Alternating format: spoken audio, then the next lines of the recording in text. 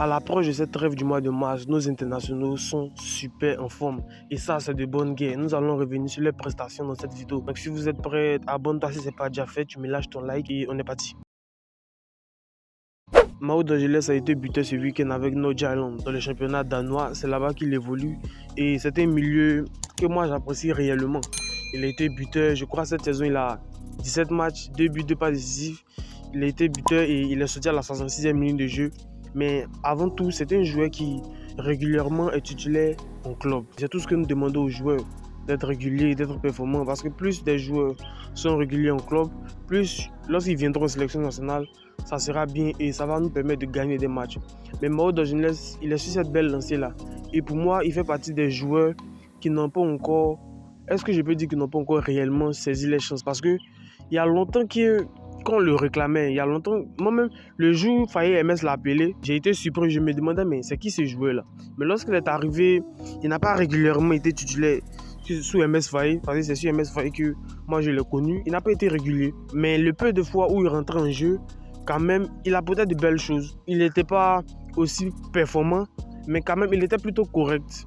Et ça pouvait se comprendre, parce qu'il est nouveau, il vient d'arriver, donc il doit vraiment s'installer. Surtout qu'à l'époque, il y avait les Seko Fofana, les Franck Kessié. Donc, ce n'était pas du tout évident de venir prétendre, n'est-ce pas, à une place de titulaire. Mais là où je dis il a carrément une place à saisir, c'est avec la méforme de Seko Fofana et Ibrahim Sangare qui revient. Et aussi la rude concurrence au milieu de terrain. On va parler d'autres joueurs dans cette vidéo. Mais Mao Dangeles, pour moi, je vous dis que c'est un joueur sur qui on peut compter réellement.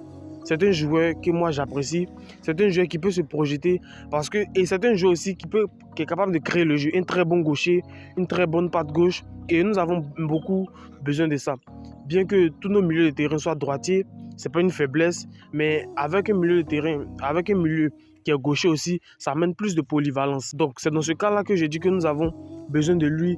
Mais on ne peut pas bannir aussi la concurrence qui est là. Il y a des joueurs aussi qui sont très performants. Donc toute place, chaque minute en club va compter. Chaque minute en club va compter.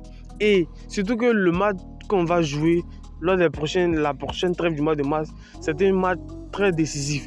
Donc lorsqu'on va te donner ta chance, clairement, garçon, il va falloir montrer tout ton talent. Il va falloir montrer ce que tu sais faire de mieux pour pouvoir, n'est-ce pas, durer dans cette équipe nationale de Côte d'Ivoire. Parce qu'on sait très bien, il y a des joueurs qui ont été appelés et qui après ont été sortis sous Jean-Louis Gasset même. On s'est vu Hassan Kamara, il y a Gbamé, même s'il était blessé, mais il y a des joueurs qui sont sortis. Donc, lorsqu'on te donne des minutes, il va falloir profiter de ça et, n'est-ce pas, montrer ton talent et pouvoir gagner une place réellement de titulaire. Parce qu'il y a des joueurs qui sont titulaires en club, très performants, mais lorsqu'ils arrivent en sélection nationale de Côte d'Ivoire, ils n'arrivent pas réellement à performer, ils n'arrivent pas réellement à briller. J'espère que ça ne sera pas le cas pour notre compatriote Wilfried Néné et Mao Dangeles, pardon. J'espère que ça ne sera pas le cas pour lorsqu'il va venir, il sera très performant, mais c'est à voir aussi. Moi, je ne doute pas de sa convocation. Je suis sûr qu'il sera là. Parce qu'il faut dire, lors des élémentaires de la CAN, il a toujours été présent. Hein. À chaque liste, il était présent. Que ce soit en septembre, en novembre et même en octobre. Il était toujours présent. Même s'il n'a pas été titulaire, il est beaucoup de fois rentré en coup de jeu. Mais le peu de fois où il est rentré en coup de jeu, il a quand même montré de belles choses. Donc c'est un garçon qui, si réellement on lui donne la pleine confiance, il peut véritablement s'exprimer et pouvoir nous faire gagner des matchs. Donc c'est tout ce qu'on attend de lui. Il y a Ahmed Traoré qui a été passé décisif ce week-end avec Auxerre. Auxerre qui jouait d'ailleurs contre Marseille. Et ils ont gagné 3-0. Et Marseille a été réduit à 10. Ils ont pris un carton rouge. Mais moi, je vous le dis, hein, j'ai été surpris lorsque j'ai vu Ahmed Traoré débuter le match. Il a commencé en tant que titulaire. J'avais fait une vidéo il y a quelques jours disant qu'il était blessé et que certainement il allait manquer cette trêve du mois de mars. Mais il est revenu. Et moi, ça me plaît tellement, je suis surpris. En même temps, je suis content. Je suis beaucoup surpris, mais en même temps, je suis content. Parce que c'est un joueur que j'avais parlé de lui, qu'il était blessé. Mais ça me plaît qu'il se soit rétabli et qu'il regagne sa place de titulaire. Donc, on voit là que c'est un joueur qui est très important dans le système de Auxerre. Parce que normalement, un joueur qui est blessé, qui revient, tout de suite, il n'est pas titulaire. Même si il faut être un cadre, mais tu n'es pas du tout titulaire. Parce qu'on a peur que tu rechutes. On va te faire grappiller des petites minutes de jeu et au prochain match, tu seras titulaire. Mais lui, il revient de blessure et un coup comme ça, il est titulaire. Donc ça montre que ce joueur est véritablement installé dans cette équipe de Auxerre. Chose qu'il avait beaucoup manqué. Hein. Lorsqu'il était à Bournemouth, Ils l'ont prêté encore à Naples, ça n'a pas fonctionné. Et il est revenu à Bournemouth et ils l'ont vendu maintenant à Auxerre. Et là, il s'est définitivement installé. Moi, j'avais personnellement 2 joueurs sur lesquels je comptais réellement sur cette trêve du mois de mars. Il y a Amad Diallo et il y a Ahmed Traoré. Malheureusement, Amad Diallo ne sera pas là pour cause de blessures, tout ça. La saison est finie pour lui. Mais Ahmed Traoré sera là.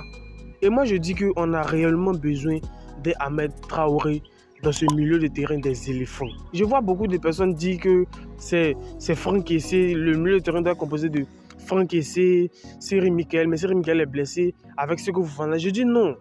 Parce que, à part Seri Michael, on sait purement qu'il a un rôle défensif. Franck Kessié est plus dans l'offensif, plus dans l'apport offensif. Mais avec Ahmed Traoré Junior, il nous accorde plus de liberté dans le jeu. Il est capable de fluidifier le jeu. C'est un créateur, c'est un numéro 10. Alors, il joue dans ce registre-là à Auxerre et il excelle. Et je crois que c'est sa 3e passe décisive de la saison. Il a 9 buts. Et c'est dans ce registre-là il excelle. Donc moi, je me dis que si on l'incorpore dans notre milieu de terrain, ça va fluidifier notre attaque. Parce que faut dire que sur certains matchs, on manquait cruellement de leader offensif, de créateur de jeu. Lorsqu'on prend par exemple le déplacement en Sierra Leone, mais on a fait un jeu catastrophique. Je me demande si même on s'est créé des occasions. On manquait de 10 dans le terrain. Mais quand tu es fort quand même, il faut gagner des matchs.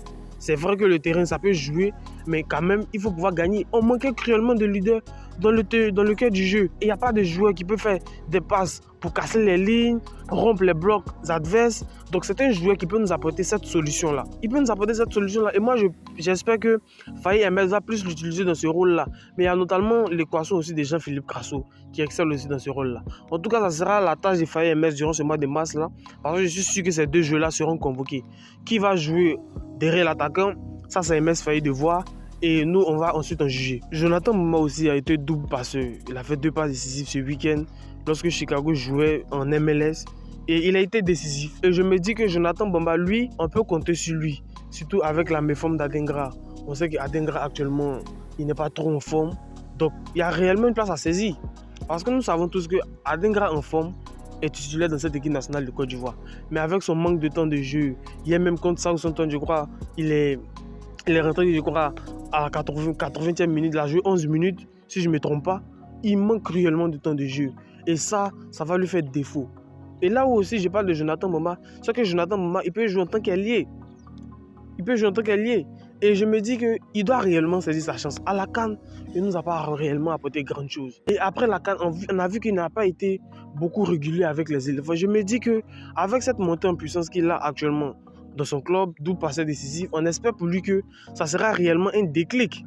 À Celta Vigo, il était quand même titulaire, même s'il n'était pas beaucoup de fois performant. Il était quand même titulaire.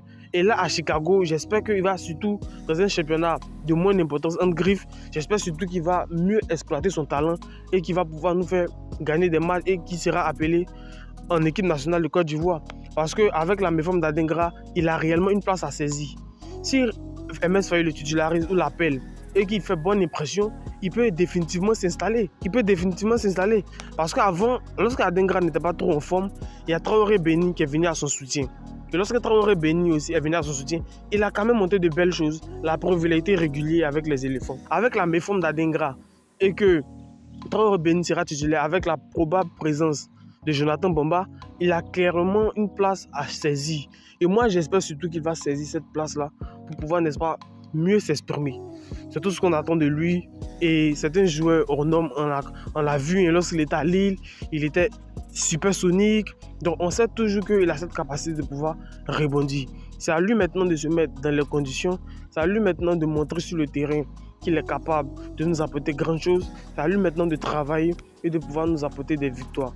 Moi je pense surtout que cette performance-là sera réellement un déclic pour lui. Je crois même qu'il a été décisif lorsqu'il est arrivé à Chicago Fire. Mais j'espère qu'il continue sur cette belle lancée-là. Parce qu'il lui a manqué beaucoup la régularité lorsqu'il était à Celta Vigo. Il avait des performances en dents de scie.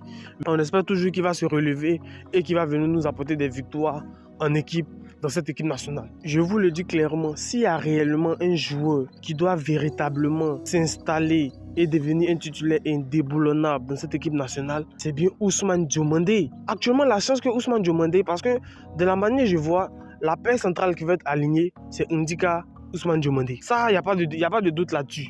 Bien que Wilfried Songo joue en défenseur central en club, mais je ne pense pas que Faye MS va l'utiliser dans ce registre-là en équipe nationale. Il va le laisser en tant que latéral droit avec Guilla Doué. Mais Ousmane Diomandé, il a réellement sa place à saisir. Moi, ça me fait mal parce qu'il sait, ça c'est une chose qui n'arrive qu'une fois. C'est pas sûr que Agbadou allait être blessé. Ça, là, on est tous d'accord. Agbadou, il s'est blessé pas comme ça. Même à Reims, il se blesse rarement. Mais aujourd'hui, où il s'est blessé, et Ousmane Diomandé doit réellement assurer la défense avec Ndika, doit réellement être solide en défense.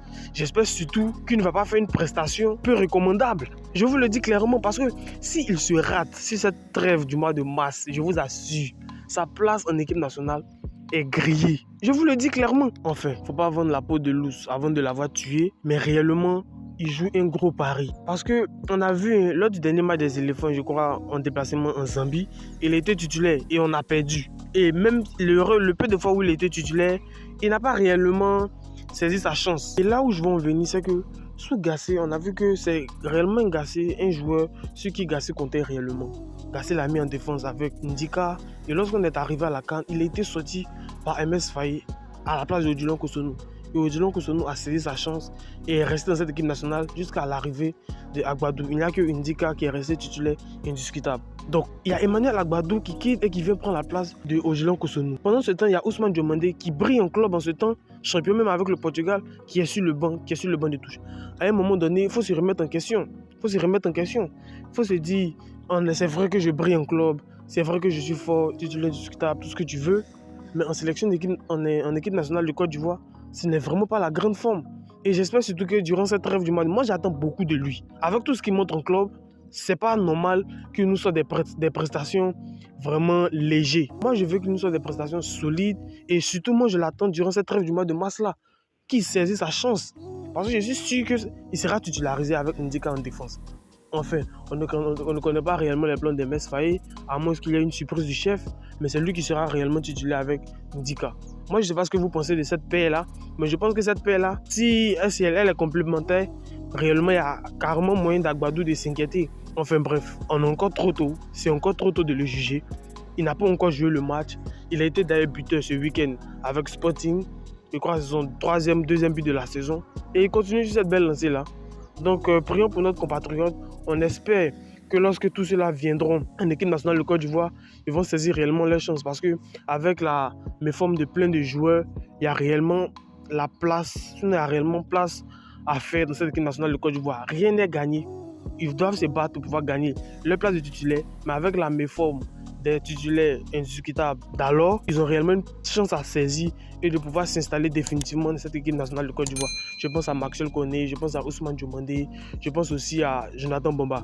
J'espère qu'ils vont réellement saisir les chances et pouvoir devenir des titulaires indiscutables et faire monter la concurrence, la saine émulation au sein du groupe des éléphants. Donnez-moi vos avis dans les commentaires et dites-moi ce que vous en pensez.